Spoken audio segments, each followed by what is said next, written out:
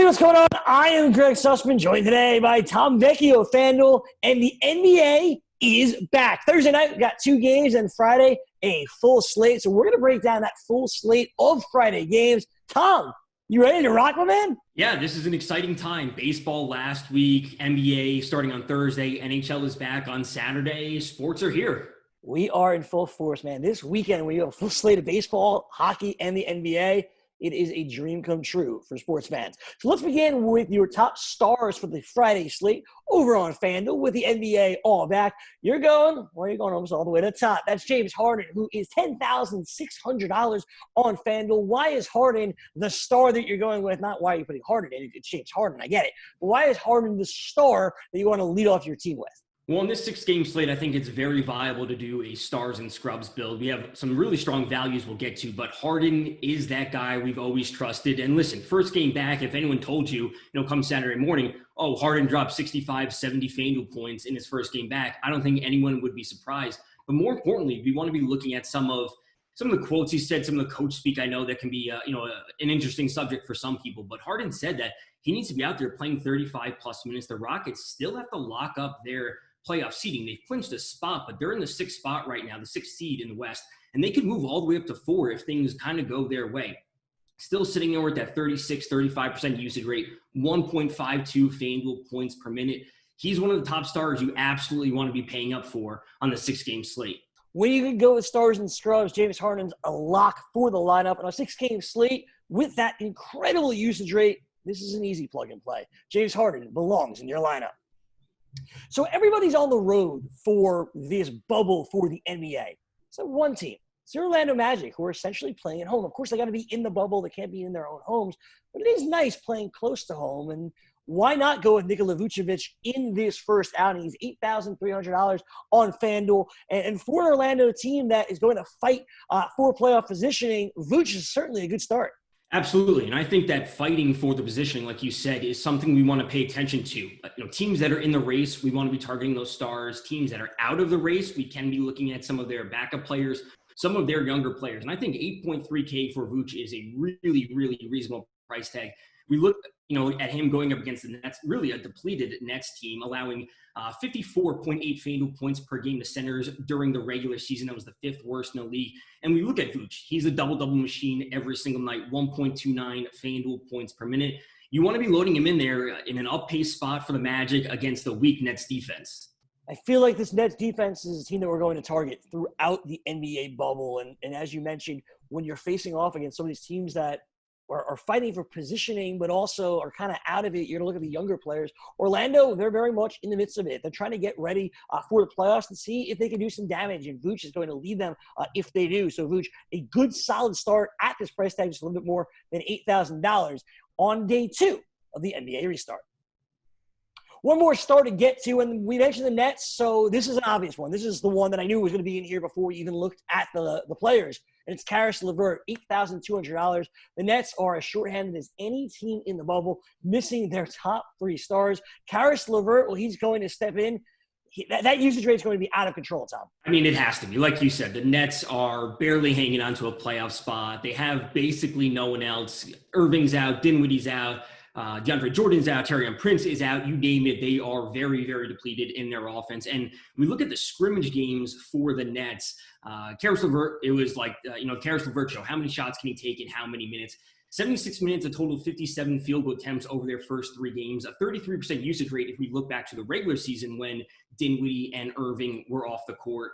He's a player that doesn't necessarily contribute a lot in the peripheral stat categories, but the scoring upside is immense. Yeah, Caris LeVert is not necessarily one of these 5 category players, but he's going to have the basketball in his hands just so often. He's going to score the basketball just so often that he has to be in your lineup here, certainly at this price tag. It's only a number that's going to go up on FanDuel, $8,200 here on day 2 of the NBA restart.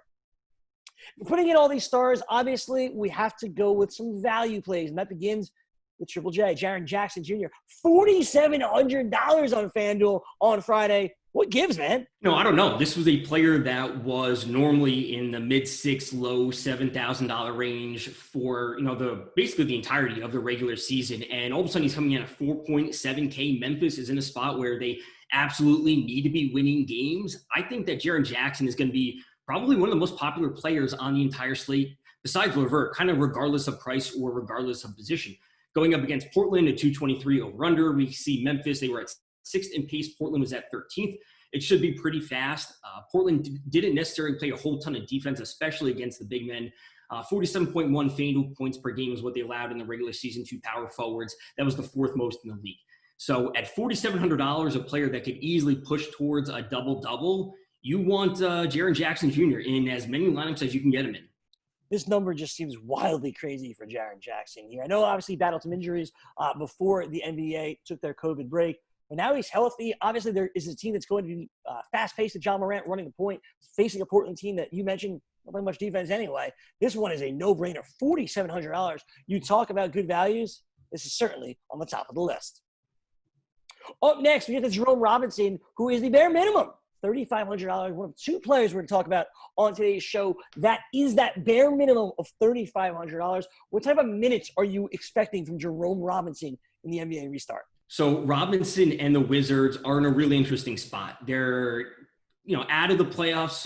They are here. They're probably not going to make it, or almost certainly not going to make it. They are very, very depleted. No Bradley Beal, no Bertan. Some of their depth players, Garrison Matthews, Gary Payton, both not there. They simply need minutes from a few players. He's minimum salary, like you said, 225 point over-under against Phoenix. Should be a very fast-paced game. Washington was at 7th. Phoenix was at 9th. But when it comes to the minutes, like you said, if we look back at his scrimmage games, we see 27, 24, and 20 minutes where he took 19, 10, and 11 field goal attempts all off the bench, which I think is a very, very encouraging sign for a player that they're probably going to run out there simply because they need to. They don't have a ton of depth. So at minimum salary, a player that allows you to pay up for Harden, LeVert, Vucevic, Luka Doncic, whoever it may be you want in your lineups, you get as much savings as you possibly can with Robinson. Without John Wall, without Bradley Beal, without Davis Bertans, the Washington Wizards don't have anything. But Jerome Robinson is a healthy young body that they're going to have no choice but to play, and I think you'll see bigger minutes than even maybe we expect. And at $3,500, he certainly is well worth putting in your lineup. One more bare minimum player that we want to get in there, and that's Keldon Johnson of the San Antonio Spurs. The former Kentucky Wildcat should be seeing increased minutes during this NBA restart. And why do you like him on the slate outside of the price? So outside of the price, we want to look at, again, a little bit of coach speak. And Popovich, said that this is going to be about developing younger players. They're kind of on the outside looking in. They would need a lot to go in there, in their way from other teams in order to make the playoffs. Keldon Johnson came off the bench in all of these games. He plays very fast, very high tempo, type of player, very physical. He played a total of 60 minutes in these games. He averaged 13, 5, and 2 for 5 rebounds, 2 assists over these games. A player that they want to develop more, a player that's a minimum salary. How much is DeMar DeRozan going to play? They have no LaMarcus Aldridge. The Spurs probably aren't going to make the playoffs. And if Popovich is saying we want to be playing the younger players, this is a player that you can be trusting at the minimum salary, can score 20 points, is exceeding value, and allows you to pay up for all those stars. Again, reading coach speak with Gregg Popovich, not always the best idea. But during this NBA restart where it doesn't seem like they're going to be able to get in, developing younger players, developing that future for San Antonio and Pop's going to be extremely important. And we'll see if Keldon Johnson's a part of that future, or it's certainly at least a part of the immediate future on Friday night. That's going to do it for us here on the FanDuel Hurry Up. Tom, good luck with the NBA coming back. Same to you. Have a good one. Absolutely. Tomorrow, I'll be joined by Jim Sonis as we wrap up the week talking a little fantasy baseball. For Tom Vecchio, I'm Gregg Sussman. Enjoy the games, everybody. Enjoy all the sports. And remember to stay safe.